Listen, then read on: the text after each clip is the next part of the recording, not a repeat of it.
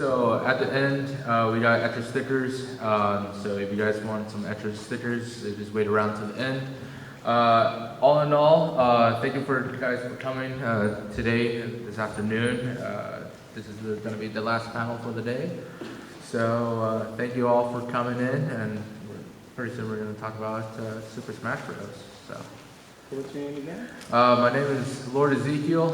It's nice to meet you. And this is... My name is Schapiro, and welcome to the very last panel of the Portland Retro Gaming Expo of 2019. Woo! So glad to be here this year. Really glad for all the people who helped us out. So let's go ahead and just get started here. So welcome to the impact of... Right. So let's take a look at some brief history of some Super Smash Bros. Real quick here. So this is, I'm sure most of you won't be able to read this, but this is like the very first prototype game that ever came out from HAL Laboratories about Super Smash Bros. And it roughly translates to Kokuto Game Ryo, which means Dragon King the Fighting Game. These are one of the very few images from the prototype for Super Smash Bros. And this was like right last year, maybe like 1998, 1997. Sakurai was mostly doing this by himself. And some of the inspiration for the original game actually came from an arcade game by Namco called the Outfoxy. So let's go ahead and showcase a little gameplay here. So the gameplay is reminiscent of kind of Smash Bros, but not really. But the game is basically you play as one of 7 assassins, and your job is to assassinate these other 6 other assassins who are out to kill you. And you use these various items, and it has a sort of zoom camera, and it works similarly to Smash Brothers, but this was 1995, so pre-emulated stuff right here.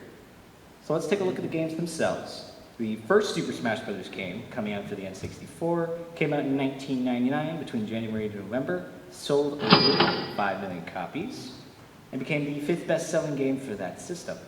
As for Melee, well, that came out 2001 to 2002 on the Nintendo GameCube and sold over 7 million, and it was the system seller, with the only thing coming even close was Mario Kart Double Dash. For Brawl, which came out on the Nintendo Wii, that came out in 2008, which sold over 13 million copies, making it the 8th best-selling Wii game. As for the 3DS and Wii U versions of the game, they came out respectively on different dates. So the 3DS version came out September to October of 2014, while the Wii U was a little bit different. The Wii U came out in America first in November, and then came out in Japan last on December 6, 2014. And it sold a combined total of 14 million copies. 9 million on the 3DS, making it the 8th best-selling on the system, and 5 million on the Wii U, making it the 4th best-selling on the system. And Ultimate, being the latest game in the series, came out on the Nintendo Switch just last year, December 7th. And as of June 30th, from a collect call from Nintendo themselves, this thing has sold nearly a whopping 15 million copies, making it the best-selling in the series so far. Wow. That's a lot of money. No kidding, right? What do you think? They're over 20 million now at this point? I think a little bit more, maybe 22, 23. I'll have to see by the end of the year next year. But let's talk a little bit of development. This game was only in development for 13 months. That's a really short amount of time, especially for a modern GameCube game of that era. Wow! Incredible! But as you can imagine, there was a lot of struggle, especially for Sakurai being one of the main producers on the game. So as you can imagine, you might feel a little bit something like this. Very much triggered. I mean, he worked on that game for like 13 months straight. He wouldn't take a single day off. He wouldn't take Sundays. He wouldn't take any holidays. There would be some days he literally just worked 40 hours at a time and then go home and sleep for 4 hours. That's a crazy schedule right there. As far as looking back on the game in an interview in 2010, he noted that Melee was the sharpest game in the series. A speedy, all-around, asks a lot of your coordination. It just felt really good to play. So how about characters? There were plenty of characters considered for Melee before they were even remotely considered for Brawl. As far as Melee goes, here are some considerations. Mach Rider for the original NES. The next two are actually from the Japanese version, which is the Famicom Disk System.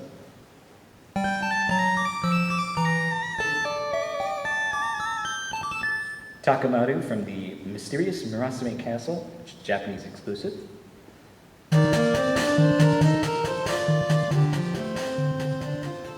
Ayumi Tachibani from Famicom Detective Club, also Japanese exclusive.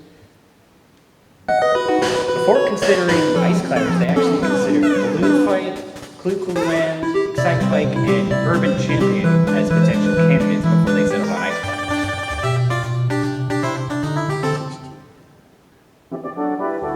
And then Lucas, you know, you pick Ness. You could have had Lucas. You could have had either, but we'll go with Ness. But Lucas was considered. Wario was considered as well. But also, the next one's a pretty big one, because with Sakurai, he was actually really close friends with Hideo Kojima, so before he was even announced for Brawl, he was actually considered for Melee. I don't know who said that quote. Don't quote me on that, so. So next up here we have, wait, what's going on? What the heck? Oh, come on. I'd probably have that same look on my face too if Sonic looked like that. I mean, good gosh. All right, just everybody stare at the screen for just a second, real quick. Sonic. So Sonic was considered for Smash. Moving on. This would be my personal favorite if James Bond to actually be in Ultimate. That'd be like one of the best things Nintendo 64 can bring back to Ultimate to now. But of course, you know, mostly a rare thing, being the fact that it was a rare developed title and Rare's with Microsoft now, and having to get Pierce Brosnan's likeness, and having to get the license for that movie, GoldenEye, would have probably been a lot of effort, so they didn't consider that. But also, you know, would it be also a good choice? What? Conquer. Conquer? Yeah. Ooh. Conquer. Conquer would have been a good Because, choice. you know, with everything else that's been going on, it'd be so much great, having good moves and everything else, right? Yeah, I mean, there is that too. But I especially vouched for Banjo and Kazooie for quite some time, but they finally made their way into Ultimate. But more seriously enough, though, they were considered for Melee. And I was then, surprised about that. right, same here. And I was like, and when that trailer came out and everybody... That trailer blew me away. Like, once I saw that Jigsaw piece, I just knew. There's no way. They're doing it? They're really doing it? They're Right. playing Banjo Kazooie in a Smash Bros. Game? It's Microsoft? You're kidding. Right, and then soon enough, that's one of my favorite characters. It's like, just gotta go to it right then and there. But no, it's a very fun character. Piranha Plant does not, you know, come to the par, so. Well, we got top tier list now. We got top Melee tier list. Which is true.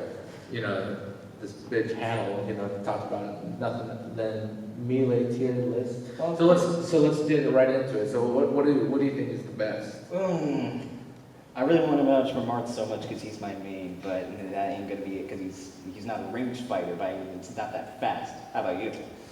You know, between, you know, Ganondorf, you know, yeah, he's slow, and then Captain Falcon being fast, but, you know, especially in Melee, I think Fox is pretty up there, right? You really think so? Yeah, I think so. You've never seen the tier list before, right? No, I haven't. Well, this was a list last seen in 2015, at least what people universally consider to be the top tier characters for Melee, so let's get into it. Ready, go! So as you can see, Fox is the top player that you want to be as, and the majority of the people that we're going to be looking at later are actually mostly main Fox. But a lot of other characters are definitely very much played, especially in competitive Melee, like you got Falco, Marth, Sheik, Jigglypuff, Peach, Ice Climbers, Captain Falcon, Pikachu, and Samus in the top 10. But poor old Sakurai's own creation is literally bottom tier, sad to say. Oh, well, whatever, fair and balanced, I guess. Right. So there's actually a couple of differences between American Smash Bros. Melee and European Smash Bros. Melee. As far as for NTSC users, between America and Japan, they're pretty much universally the same, but there's actually 3 different versions. But the NTSC version allows you to use progressive scan, outputting at 480p. You can have both English and Japanese languages, and they have 3 different versions. So you have your 1.0, your 1.01, and 1.02. Mostly for later versions, they have bug fixes and like general things like adding audio clips or fixing certain characters in various aspects. But overall, between those versions, they're pretty much identical. The only version I haven't been able to really figure out is a Korean version that actually exists. I've been trying to search online for it, but there hasn't been any real documentation of the Korean version, but most people have stated that the Korean version is pretty much similar to 1.02 for America and Japan. Now, as for PAL only outputs via interlists. So you're going to have like scan lines all over the place, especially if you do it on an HDTV. But also, it's one of the few versions where you can only output at either 50 frames a second or 60 frames a second. So you have to kind of pick and choose, it depends on your region. But there's actually way more languages supported for PAL. So you got English, French, Spanish, German, and Italian. So you got a lot more languages there. And there's only one version between Europe and Australia. And there's a whole bunch of different changes across the board, but even with the tier list that you've seen, which is mostly for NTSC, there's very few changes, if at all, in competitive play. And even trophies might have some different names, so stuff like Star Fox, you might think would still be named Star Fox in Europe. Nope, it's named Lilac Wars. So how about that GameCube controller? It's just a nice controller. What do you think about it? No, I think it's like one of the best things that Nintendo, actually brought. We got the Wii, that kind of controller kind of type, and then, from Nintendo 64 to GameCube, it changes so much, and then it gets me even confused because I'm usually playing a lot on pad spots, and I'm just using the wrong button every time. So, but when the Nintendo GameCube actually came out, it was actually a way better, play out of it. Especially compared to the N64. I mean, that singular analog stick is just... yeah, it's right in the The middle. only thing next to that is the horrid gamepad, and that's kind of rare to come across. They'd be expensive. But the GameCube controllers, those nowadays are fairly moderately priced, but the standard analog stick is solid. The D-pad sucks, let's just say. The D-pad sucks for anything. Even for NES games, you want that NES game or anything, you don't use that D-pad. The C-stick is interesting, and it's really great for smash attacks. And then you've got the shoulder buttons, which are nice and clicky, the Z button, which is solid for grabs. But they have a simplistic format here. You've got a nice big old A button for your main stuff, your B button for your specials, and the Y and X for jumping. I really like this controller. It's like the first modern controller, and the great thing about the GameCube controller is that you can still use that controller today. So Brawl had it, Wii U had it, Ultimate has it now, and you can still use it. I think it's amazing that they've been able to take this one controller and just keep it going for 18 years now. Right. 18 years ever since the GameCube came out, and this controller is still being used in Smash today. Exactly. Even into main marketing, even third parties, as soon as it took off, it just soon enough just we need to make closer to the Nintendo GameCube, and then Nintendo just comes out with this brand new brawl brawl type of GameCube.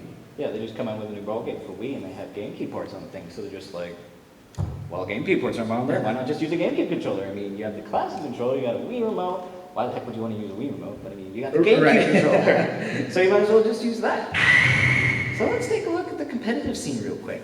You might think that the competitive scene pretty much was always the way it was, but actually it started out very different. Here's a clip from 2002.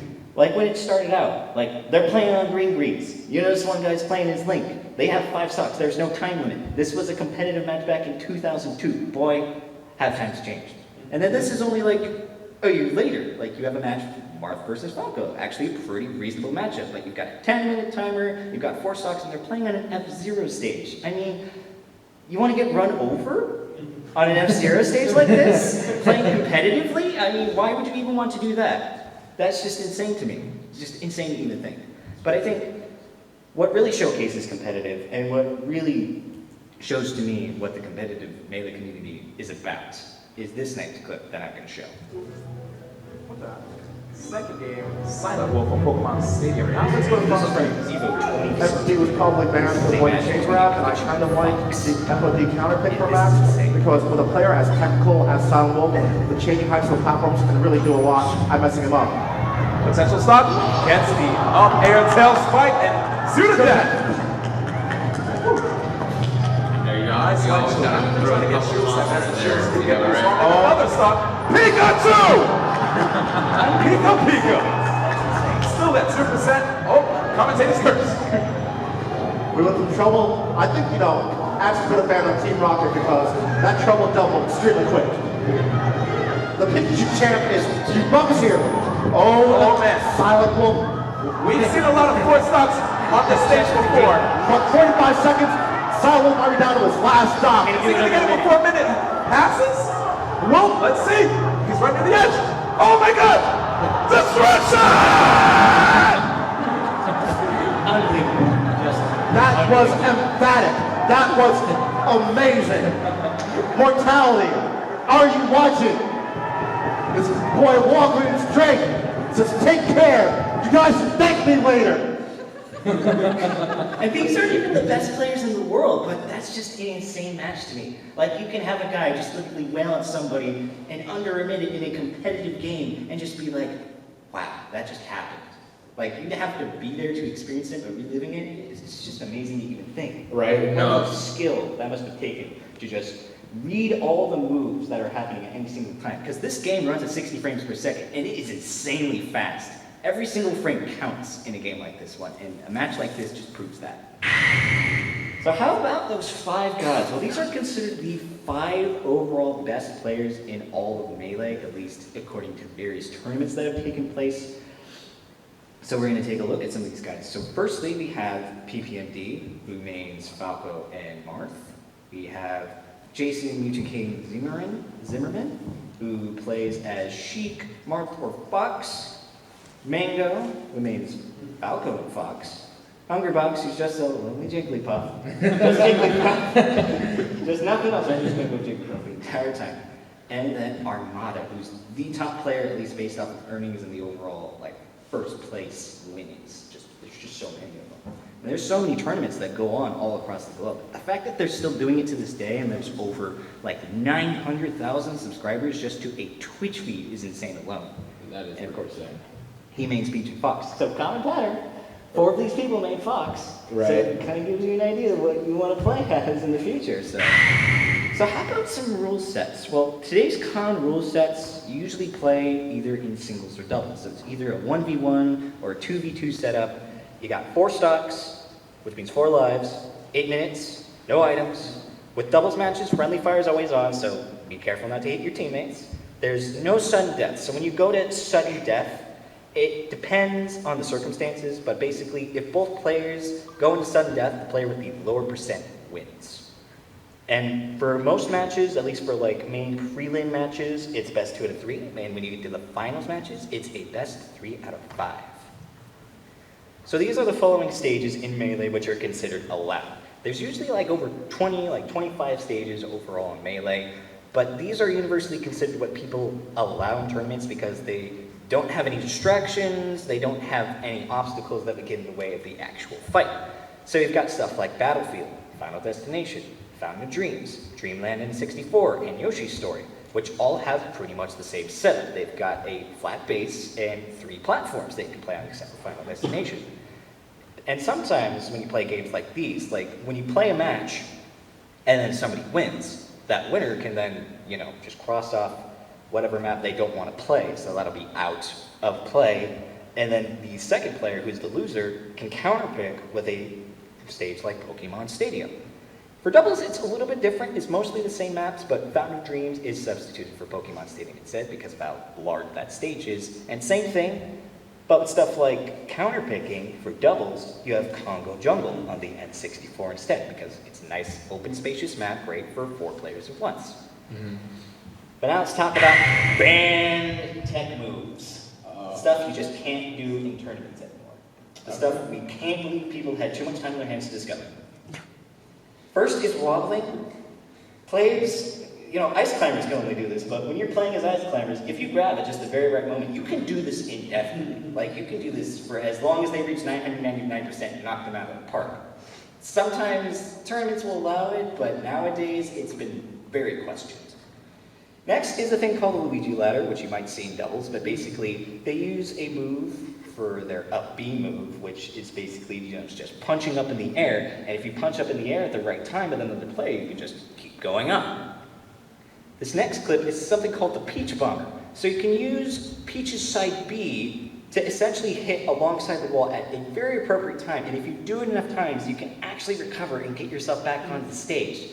The fact that this takes like 15, 18 seconds is insane to me, but yeah, I would get why something like this would be banned. I mean, does any other character do that? No. Another is called the Rising Pound for Jigglypuff.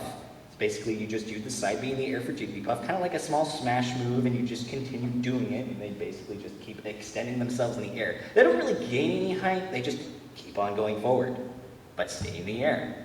The next one's called the Soul Breaker, and this is exactly why items are not allowed in stuff like Smash Bros. Melee. So you may think, oh, Mewtwo's knocked out, nothing could possibly go wrong, but then wait a minute. Peach has actually collided with Mewtwo. They're stuck to each other. She literally can't do anything. They're stuck to each other.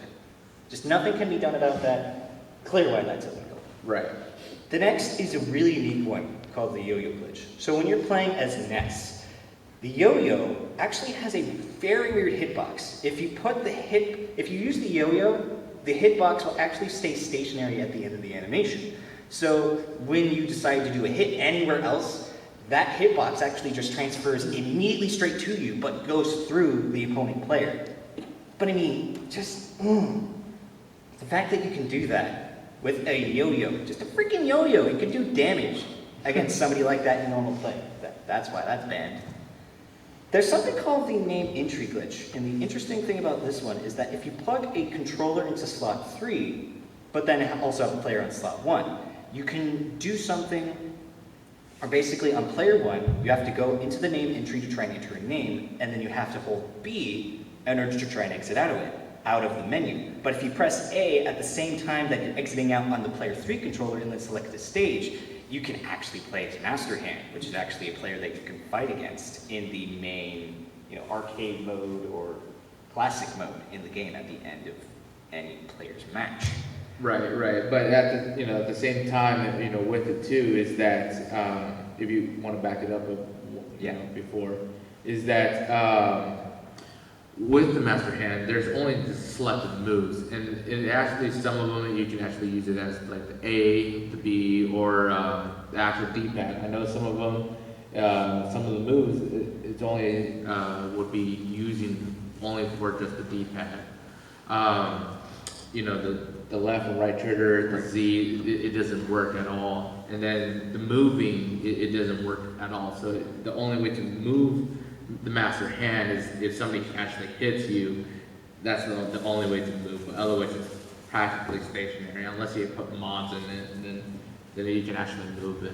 That, and you can only do it as a timed stage, and also because of that, because of the way that Master Hand works, he's based around a stamina mode, which is based around HP. So you can't actually, knock Master Hand out of the arena at all. You have to, kill him.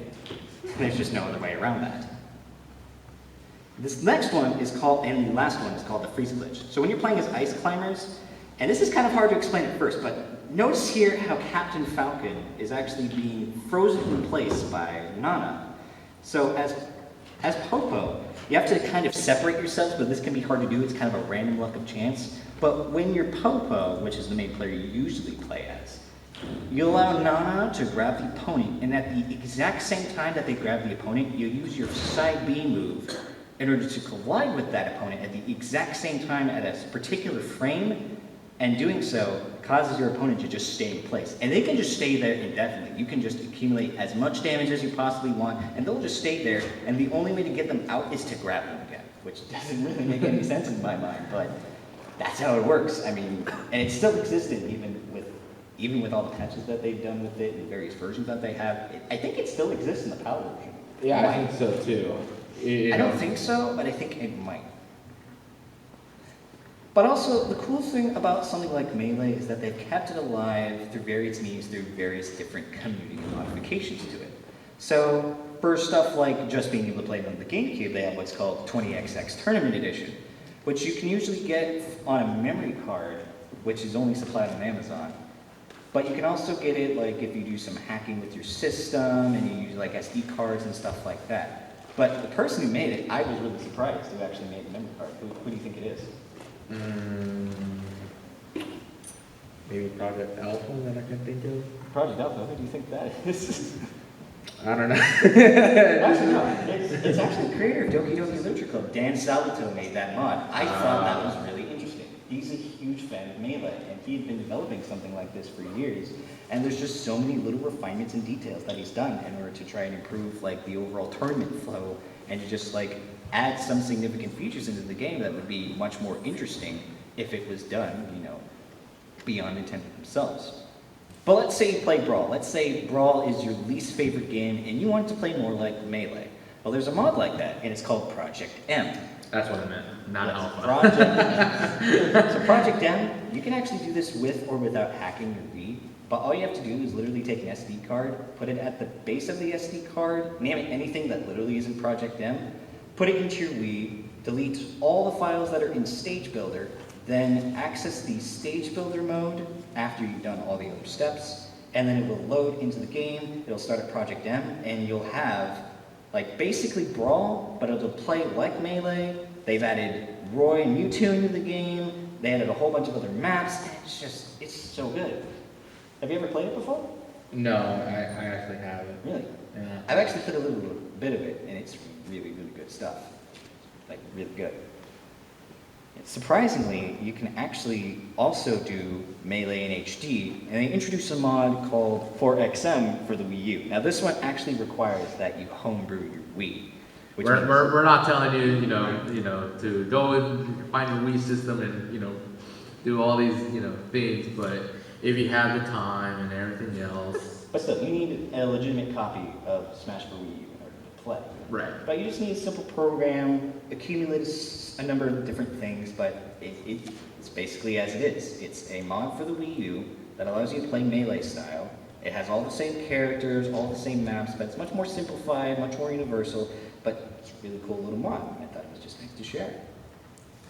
And this website here, smash.gg, is a great website if you want to learn about all sorts of different Smash tournaments for Smash Melee and Smash Ultimate. So you can just go on the website, log in, and just basically search through a wide variety of fields, and there's all sorts of tournaments all across the US, just about anywhere. And that's pretty much it for me. So, who wants to play some Melee? What time do we got here? It's about 4:27. But before, you know, that happens, does anybody have any, you know, questions or, you know, any opinions? Go Please. ahead. For those versions of Melee, so they have, or the actual, for the GameCube, there was different ones you could have purchased? Yes. It's kind of hard to tell which versions you can actually purchase at the onset. But when I looked at them, when I discovered them, version 1 was made in the US, 1.0 was made in Japan, and the 1.02 was usually sold with GameCubes. Those are usually the last versions to come out, and those usually have the not for resale tag on the back of them, so that's usually a good identifier. But the biggest identifier for those kind of versions is that on the back of the disc, if you look very carefully, you can actually see the version numbers on those. They usually follow a scale of like DOL-Gale-0-00 or 0x in this case. Anyone else have questions? Yes? So you mentioned competitive rules changing from literally whatever to 8 minutes, 4 stocks. What was the decision to move towards that versus like 3 stocks and 5 minutes, which I'd say most people who play more competitive matches like to do now with the newer Smash games? No, I'm honestly not really sure. I mean, there's probably an acquired taste probably many years ago, but I mean, when you start standardizing rule sets, you start realizing at a specific point, like, you know, what can we do to make matches more interesting? How can we make it so that it's fair and balanced? So I feel like for something like 4 stock, 8 minutes sounds pretty good because you can get through at least 1 stock maybe in 2 minutes at a time, sometimes, depending on the type of match. But it really just varies depending on the tournament you're going to. Right, and you know, with 3 stock, it goes pretty quick, especially if that guy can definitely do it in less than, you know, a minute. With 4, you know, man, maybe 30 seconds, you know, to Yeah, do a minute for everything. 4 stocks, that's Yeah. insane. Any other questions, concerns? No. What about? Let's see. How many people actually like Melee versus Ultimate? Ooh. Ultimate's so really good. Definitely a very opinionated thing here. I mean, it's still a great game, but Ultimate just has way way more content for it as far as players go.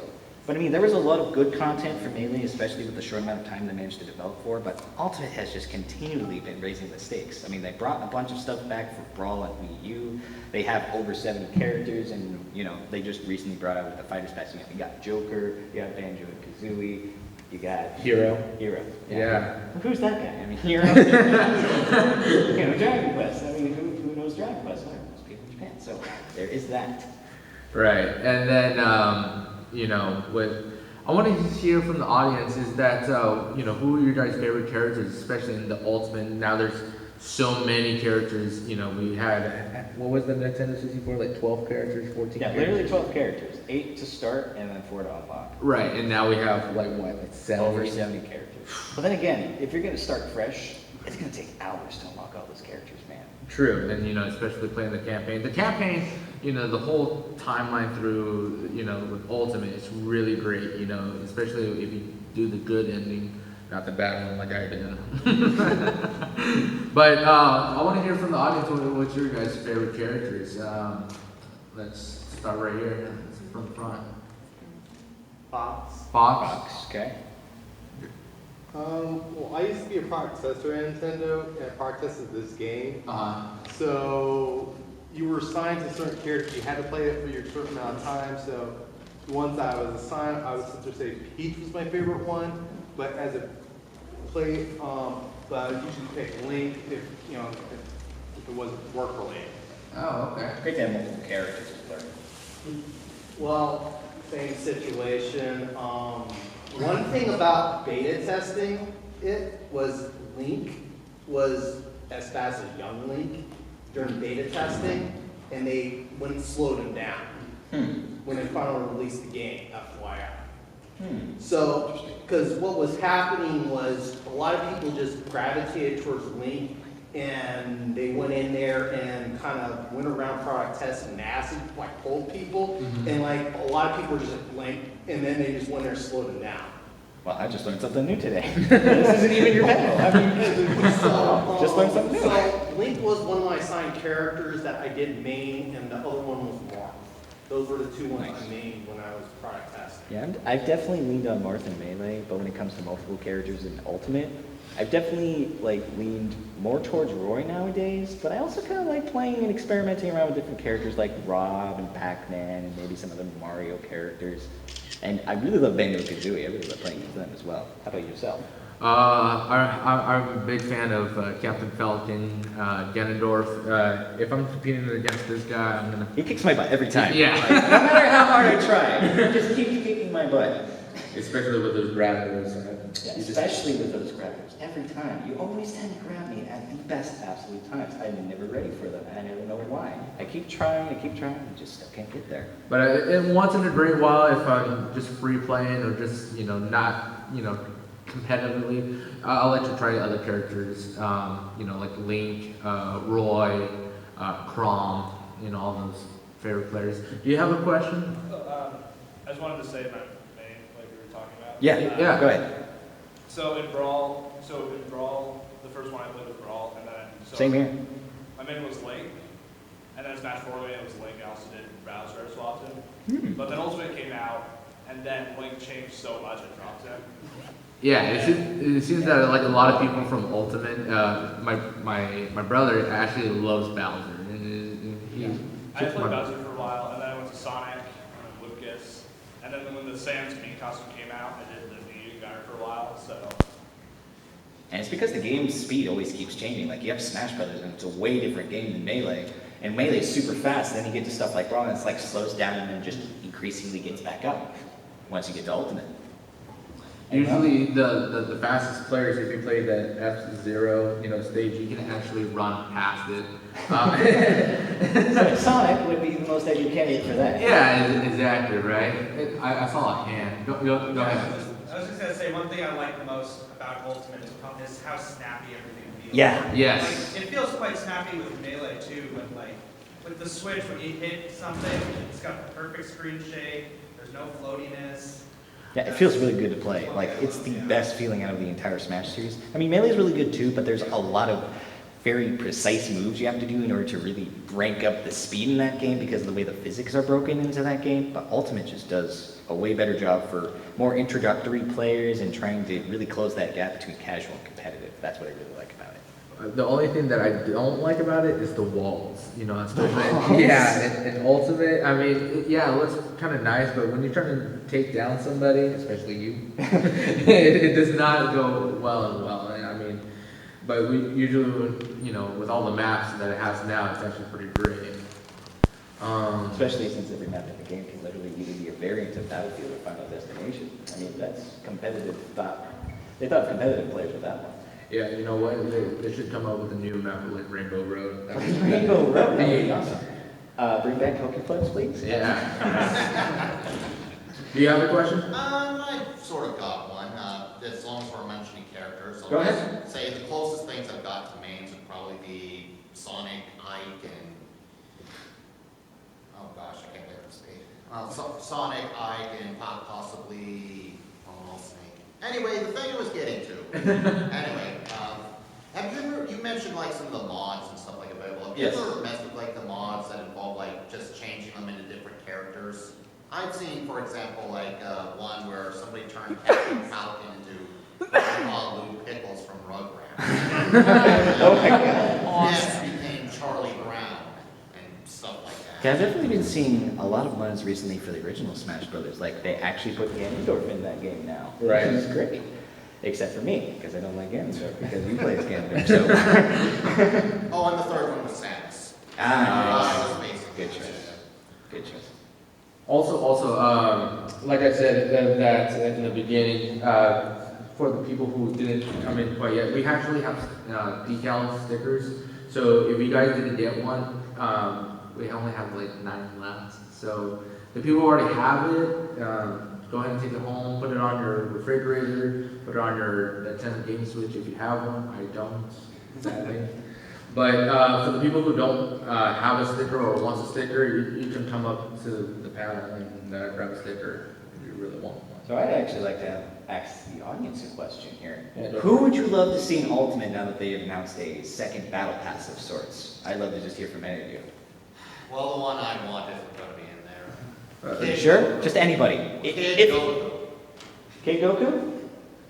Well, I mean, Hero's already in there, so the likelihood is pretty slim, but that would be nice. Well, they to have basically had a anything. thing where they announced that Goku or Iron Man were not going to be in there, that he's trying to stick with just video games. Well, yeah, that's understandable. Anybody else? Yes. Izuna Unemployed Ninja from, it's a Game Boy, or not Game Boy, the DS game. I would love to have her. Well, I've certainly never heard of them, but I'm sure they'd be a good pick if they knew about She's it. a really cool ninja character. I would love to see somebody like Shantae in the game. Like, yeah, Shantae. Shantae would be a pretty good choice, especially considering you have hair whip moves and the various forms that you can change into, which would really work really well. But we already have Baron. Bayonetta? Yeah, Bayonetta. Sorta, kinda, but not really. But yeah. Yeah. Go ahead. So, like, I kind of think like an Undertale character would be pretty interesting. Like, I don't think Sam's would work very well. He's too lazy for that kind of thing. but like Undying maybe. Or, Yeah. or the new game Undying Delta probably. just came out, so like Chris. Not a bad overall decision. It was really a big surprise to me when they announced. He's probably a meat fighter costume, or meat gunner costume because he's... Yeah, the fact that he's a meat fighter costume is what Yeah, so you just I think is really absurd. It's just like, you're gonna add Sans to the game, but he's gonna be a meat fighter costume. But hey, 75 cents please. Yeah, exactly. Go ahead. Hollow Knight? Someone from Hollow Knight. Yeah, that's a good Ooh, that one. sounds like a pretty good option too. Anybody vouching for Shovel Knight? Possibly? Cool. You know, and just a counterpoint to what you said, not to be derogatory in any way, shape, or form, but there are quite a few ninjas already. How about a samurai like Mitsurugi from, Soul Calibur series? Or how about Ninja Gaiden? Why not Ryu from Ninja Gaiden? Yeah. Joe and Mac. Joe and Mac, yeah, Joe and Mac. Right. Like, if we really wanted to go out there and go almost impossible, why not Crash Bandicoot? That would be pretty much impossible to do, but Crash Bandicoot in that game, who needs PlayStation All-Star Battle Royale? We can just put it in Smash. Do you, what's your favorite character? Yeah.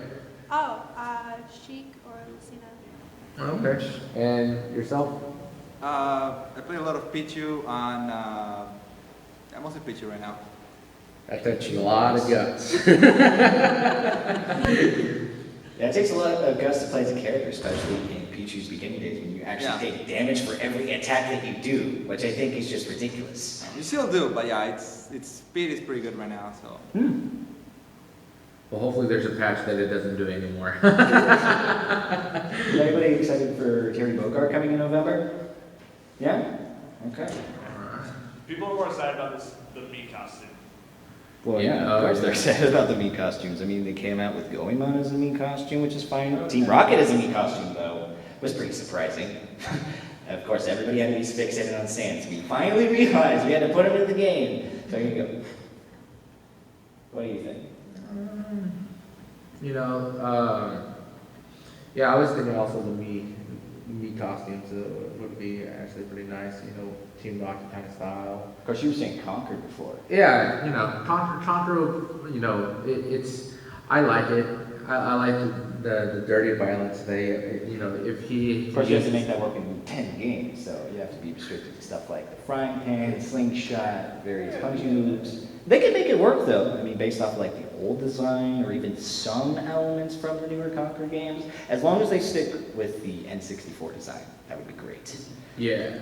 We don't talk about HoloLens. We never talk about HoloLens. Please don't. No, yeah. No HoloLens. Ah, jeez. Anything else? Not that I'm totally aware of off the top of my head. Does anyone have any other questions or anything they'd like to add? Go Yes. ahead. So you've done competitive? I did do competitive once. I actually, like a couple months ago, decided to sign up for a tournament way far out in Portland, about an hour from where I live. And it was actually sponsored by Epic Gaming, who were the sponsors for today. But I went there, stayed for like several hours, ate some lunch, met some cool people. They were like nice and chill, like really cool, chill group of people. And I just go through every match and I get annihilated by every single one of them. I'd go through like, I get one stock down, but then I wouldn't get anything else. Like, they're at a completely different level than I'm at. So I'm just not ready for that kind of thing yet, unless I like really hone my skills at it yet, but that's just not something I want to do right now. At least not in my personal opinion. How about yourself?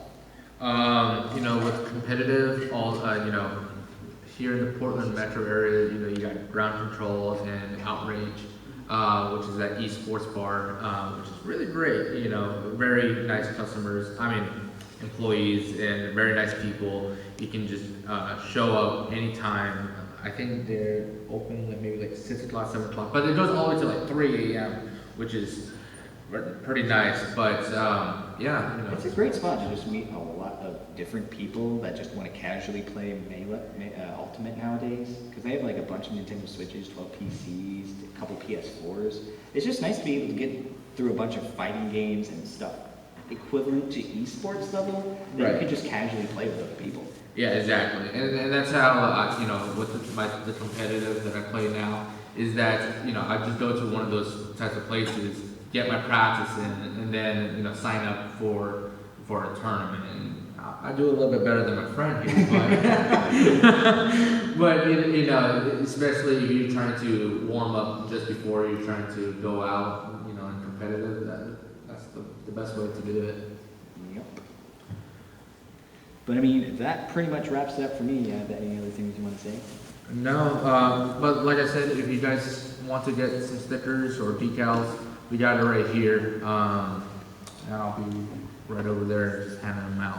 So a couple of things I want to say. I want to thank a few people that allowed me to come out here today. I'd like to thank a huge thanks to Jake Bickler for allowing me to do this panel for this evening. I'd like to thank my parents for showing up today. They're in the audience, so hi guys.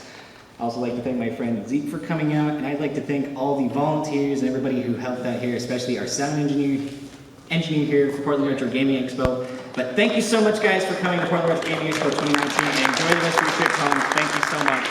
Good night.